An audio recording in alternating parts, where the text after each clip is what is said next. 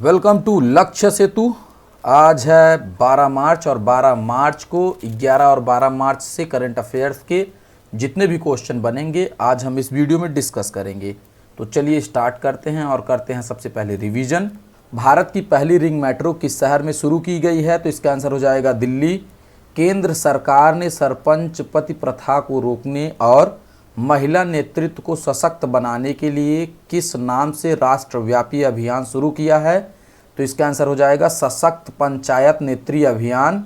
हाल ही में हिमाचल प्रदेश के किस जिले में पहली बार उच्च ऊंचाई वाले क्षेत्रों में सांभर हिरण की उपस्थिति दर्ज की गई है? तो इसका आंसर हो जाएगा चंबा। और वैज्ञानिकों ने हाल ही में हिमाचल प्रदेश के सोलन में फल मक्खी की किन 2 नई प्रजातियों की खोज की है? तो इसका आंसर हो जाएगा एसिडोक्सांथा पैराटोटोफ्लावा और हेमिलेया सुनेरिया। ठीक है। वर्ष 2026 में आयतुल्लाह अली खामेनेई की मृत्यु के बाद ईरान का नया सर्वोच्च नेता किसे नियुक्त किया गया है? तो इसका आंसर हो जाएगा मोजतबा खामेनेई जी को। ठीक है। भारत ने हाल ही में किस अफ्रीकी देश को सूखे और खाद्य संकट से निपटने के लिए 1000 मीट्रिक टन चावल की मानवीय सहायता भेजी है? तो इसका आंसर हो जाएगा मलावी को। 2026 में होने वाला फीफा विश्व कप इतिहास में पहली बार किन 3 देशों की संयुक्त मेजबानी में आयोजित किया जाएगा? इसका आंसर हो जाएगा अमेरिका, कनाडा और मैक्सिको में। अहमदाबाद में आयोजित T20 विश्व कप 2026 का खिताब जीतकर भारत कितनी बार T20 विश्व कप जीतने वाली दुनिया की पहली टीम बन गई है? तो इसका आंसर हो जाएगा 3 बार। ICC पुरुष T20 विश्व कप 2026 में किस भारतीय खिलाड़ी को अपने शानदार प्रदर्शन के लिए टूर्नामेंट का सर्वश्रेष्ठ खिलाड़ी चुना गया है? तो इसका आंसर हो जाएगा संजू सैमसन को। हाल ही में भारतीय स्टेट बैंक ने महिलाओं के आर्थिक सशक्तिकरण और लैंगिक समानता को बढ़ावा देने के लिए कितनी राशि की सामाजिक ऋण सुविधा शुरू की है? तो इसका आंसर हो जाएगा $50 करोड़ की। ठीक है। हाल ही में वैज्ञानिकों ने किस देश के सांता क्रूज बीच पर लगभग 15 करोड़ वर्ष पुराने डायनासोर के अंडों वाला एक दुर्लभ घोंसला खोजा है?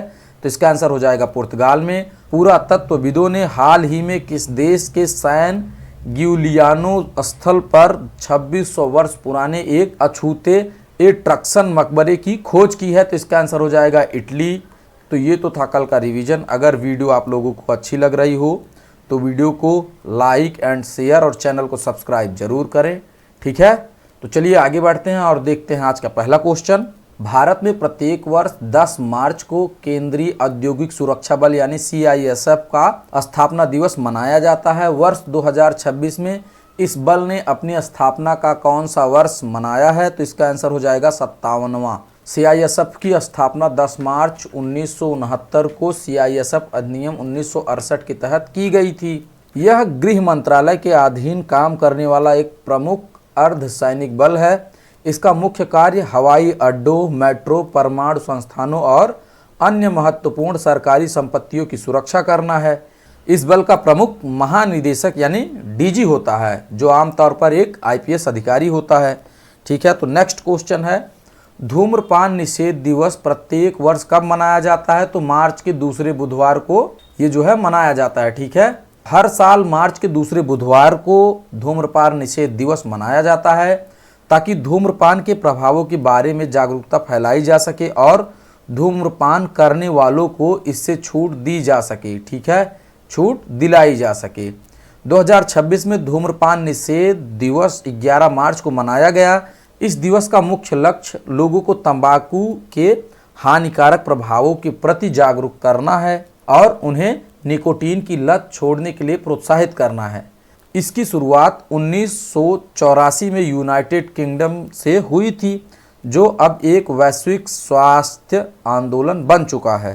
तो नेक्स्ट क्वेश्चन है, भारतीय रेलवे ने महिला कर्मचारियों के लिए कार्यस्थल पर सुरक्षा सुनिश्चित करने और यौन उत्पीड़न की रिपोर्टिंग को आसान बनाने के लिए किस ऐप को लॉन्च किया है? तो इसका आंसर हो जाएगा साइन ऐप को। ठीक है।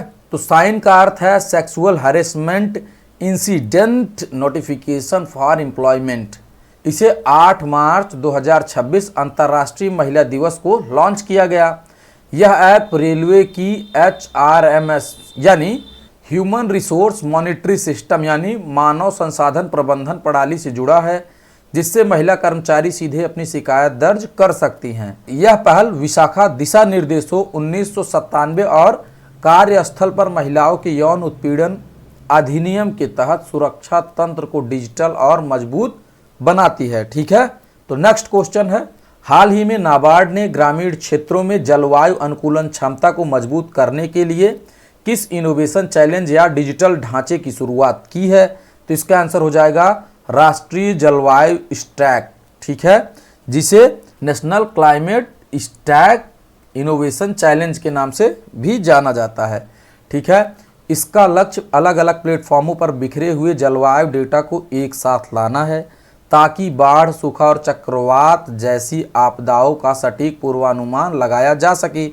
यह पहल गेट्स फाउंडेशन और डालबर्ग एडवाइजर्स के सहयोग से शुरू की गई है। सर्वश्रेष्ठ तकनीकी समाधान विकसित करने वाले नवोन्मेषों को 15 लाख तक के नकद पुरस्कार दिए जाएंगे। यह चुनौती नाबार्ड के मौजूदा डिक्रा यानी data in climate resilience agriculture platform पर आधारित है। तो नेक्स्ट क्वेश्चन है, हाल ही में केंद्रीय मंत्रिमंडल द्वारा जल जीवन मिशन को कब तक के लिए विस्तारित करने की मंजूरी दी गई है, जिसका उद्देश्य ग्रामीण भारत में टिकाऊ पेयजल आपूर्ति सुनिश्चित करना है? तो इसका आंसर हो जाएगा दिसंबर 2028 तक। जल जीवन मिशन 2.0 का लक्ष्य, अब यह मिशन केवल पाइप बिछाने तक सीमित नहीं है, बल्कि सेवा वितरण और डिजिटल निगरानी पर ध्यान केंद्रित करेगा। इसका लक्ष्य 2028 तक सभी 19.36 करोड़ ग्रामीण परिवारों को नल का जल प्रदान करना है। बजट में वृद्धि, सरकार ने कुल संशोधित परिव्यय को बढ़ाकर 8.69 लाख करोड़ कर दिया है, जिसमें केंद्र की हिस्सेदारी 3.59 लाख करोड़ होगी। डिजिटल निगरानी क्या है? तो जल आपूर्ति की पारदर्शी ट्रैकिंग के लिए सुजलम भारत नामक एक डिजिटल ढांचा शुरू किया गया है। स्थानीय शासन क्या है? तो जल अर्पण पहल के माध्यम से अब ग्राम पंचायतें परियोजनाओं के पूरा होने को प्रमाणित करेगी और जल उत्सव के जरिए सामुदायिक भागीदारी बढ़ाई जाएगी। ठीक है, तो नेक्स्ट क्वेश्चन है, सुप्रीम कोर्ट ने निष्क्रिय इच्छा मृत्यु से संबंधित किस मामले में जीवन रक्षक उपकरण हटाने की अनुमति दी थी? तो इसका आंसर हो जाएगा हरीश राणा केस में। ठीक है, हरीश राणा जो है 2013 से अस्थायी वनस्पति अवस्था यानी परसिस्टेंट वेजिटेटिव स्टेट, जो कि एक मस्तिष्क की बीमारी है जिसमें आदमी सोता जागता जरूर है, लेकिन उसके इर्द गिर्द क्या समस्याएं हो रही हैं, कैसा क्लाइमेट है, उन सब चीज़ों का मैसेज उनके बॉडी में किसी प्रकार से नहीं पहुंच पाता है। इसे आप इनडायरेक्टली कह सकते हैं कि वो व्यक्ति कोमा में रहता है, लेकिन वो जाग और सो सकता है, मतलब आंखें खोल बंद कर सकता है। ठीक है, तो 100% विकलांगता और ठीक होने की शून्य संभावना के कारण अदालत ने गरिमापूर्ण मृत्यु के अधिकार को स्वीकार किया। निष्क्रिय बनाम सक्रिय, तो सक्रिय इच्छा मृत्यु क्या होती है? जिसमें दवा देकर मृत्यु दी जाती है। ठीक है, जो कि भारत में अवैध है। जबकि निष्क्रिय इच्छा मृत्यु क्या है? जिसमें उपचार हटाकर मृत्यु को दिया जाता है। ठीक है, जिसे सर्वोच्च न्यायालय ने कानूनी मान्यता दी है। 2023 के दिशा निर्देशों के अनुसार ऐसे फैसलों के लिए प्राथमिक और द्वितीयक मेडिकल बोर्ड की मंजूरी अनिवार्य है। न्यायालय के अनुसार अनुच्छेद 21 जो कि जीवन का अधिकार में गरिमा के साथ मरने का अधिकार भी शामिल है। तो नेक्स्ट क्वेश्चन है, पीबी शब्द प्लेटफॉर्म किस संगठन द्वारा लॉन्च किया गया? तो इसका आंसर हो जाएगा प्रसार भारती के द्वारा। ठीक है, पीबी शब्द का पूरा नाम Prasar Bharati shared audio visual for the broadcast and dissemination है। ठीक है, प्रसार भारती ने घोषणा की है कि मार्च 2027 तक मीडिया संगठन इस प्लेटफॉर्म से मुफ्त में समाचार सामग्री ले सकेंगे। यह लोगो रहित सामग्री देता है, जिसे समाचार पत्र या चैनल बिना किसी क्रेडिट या वाटरमार्क के उपयोग कर सकते हैं। ठीक है, तो नेक्स्ट क्वेश्चन है, भारत में आवश्यक वस्तु अधिनियम किस वर्ष लागू हुआ था? तो इसका आंसर हो जाएगा 1955 में। इजरायल और ईरान संघर्ष के कारण वैश्विक ऊर्जा आपूर्ति बाधित होने की आशंका है। इसके जवाब में सरकार ने ECA यानी इसेंशियल कमोडिटीज एक्ट की धारा 3 और 5 का उपयोग किया है। ठीक है, रिफाइनरियों में LPG उत्पादन बढ़ाने, पेट्रोकेमिकल्स के लिए प्रोपेन अथवा ब्यूटेन के उपयोग को रोकने और जमाखोरी से बचने के लिए सिलेंडरों के बीच 25 दिन का अंतर रखने का निर्देश दिया गया है। ठीक है, आवश्यक वस्तु अधिनियम 1955 भारत सरकार द्वारा एक कानून पारित किया गया है जो खाद्य पदार्थों, दवाओं और तरल पदार्थों की आवश्यक वस्तुओं की जमाखोरी, कालाबाजारी और कृत्रिम कमी को रोकने के लिए इन उत्पादों, आपूर्ति और वितरण को नियंत्रित करता है। इसका उद्देश्य सामान्यतः इन स्मारकों की कीमत को सुरक्षित करना है। ठीक है, प्राकृतिक गैस आपूर्ति विनियमन आदेश 2026 के तहत घरेलू PNG, परिवहन CNG और उर्वरक संयंत्रों को प्राथमिकता दी जाएगी।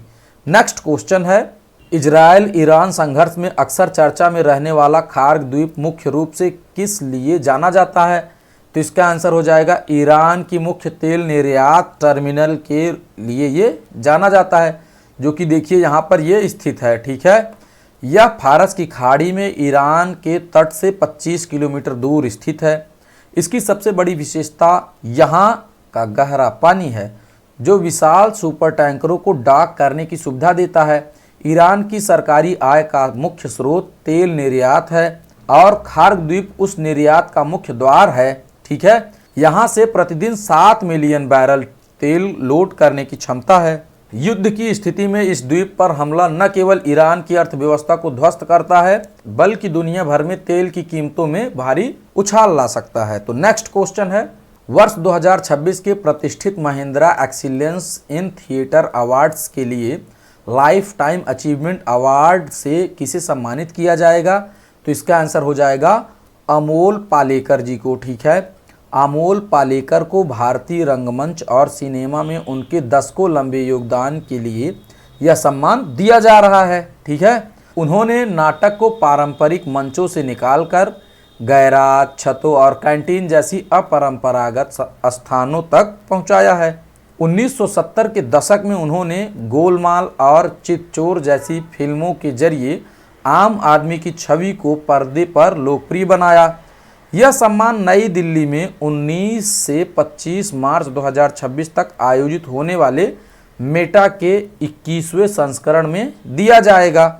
तो नेक्स्ट क्वेश्चन है, हाल ही में नीति आयोग द्वारा जारी राजकोषीय स्वास्थ्य सूचकांक 2026 के दूसरे संस्करण का मुख्य उद्देश्य क्या है? तो इसका उद्देश्य है भारतीय राज्यों के वित्तीय प्रदर्शन और स्थिरता का मूल्यांकन करना। ठीक है, तो भारत के कुल सरकारी ऋण का लगभग 1/3 हिस्सा राज्यों के पास है। इसलिए देश की आर्थिक स्थिरता के लिए राज्यों का वित्तीय रूप से स्वस्थ होना अनिवार्य है। वर्ष 2026 में इस दूसरे संस्करण में अब पूर्वोत्तर और हिमालय राज्यों को भी शामिल किया गया है। ठीक है, जिससे अब कुल संख्या जो है 28 हो गई है, जिसमें 28 राज्य अब कुल शामिल हैं। ठीक है, यह सूचकांक राज्यों के राजस्व, व्यय, ऋण और राजकोषीय घाटे का विश्लेषण करता है। रिपोर्ट बताती है कि कई राज्यों पर राजकोषीय दबाव बढ़ रहा है, जिसके लिए पूंजीगत व्यय की गुणवत्ता सुधारने और राजस्व जुटाने की क्षमता बढ़ाने की जरूरत है। नेक्स्ट क्वेश्चन है, हाल ही में चर्चा में रही पंप स्टोरेज प्रोजेक्ट के कारण किस लुप्त प्राय जीव के आवास को लेकर चिंताएं बढ़ गई हैं, जो केवल भारत के पश्चिमी घाट में पाया जाता है? तो इसका आंसर हो जाएगा शेर पूंछ वाला मैकाक, जो कि एक बंदर का प्रजाति है। ठीक है, न्यायालय ने वन्यजीव संरक्षण अधिनियम 1972 की धारा 29 के तहत अभयारण्यों के भीतर आवास विनाश पर रोक लगाते हुए परियोजना के कार्य को अस्थायी रूप से रोक दिया है। पश्चिमी घाट एक यूनेस्को विश्व धरोहर स्थल है और वैश्विक जैव विविधता हॉटस्पॉट भी है। ठीक है, यहाँ प्रस्तावित पुल और बिजली परियोजना से दुर्लभ प्रजातियों के मार्ग बाधित होने का खतरा है। ठीक है, तो शेर पूंछ वाला मैकाक क्या है? तो यह एक प्राइमेट यानी वानर प्रजाति है जिसकी पहचान इसके चेहरे के चारों ओर सफेद आयल यानी मेन और शेर जैसी पूंछ से होती है। यह IUCN की लुप्त प्राय सूची में शामिल है, तो इसे आप लोग याद रखेंगे। ठीक है, तो नेक्स्ट क्वेश्चन है जो कि आज का क्वेश्चन है, होर्मुज की खाड़ी दो प्रमुख जल निकायों को आपस में जोड़ती है। ठीक है, तो इसका आंसर आप लोग हमें कमेंट बॉक्स में देंगे। अगर वीडियो आप लोगों को अच्छी लग रही हो तो वीडियो को लाइक एंड शेयर और चैनल को सब्सक्राइब जरूर करें। ठीक है, तो चलिए आगे बढ़ते हैं और देखते हैं कल का क्वेश्चन क्या है।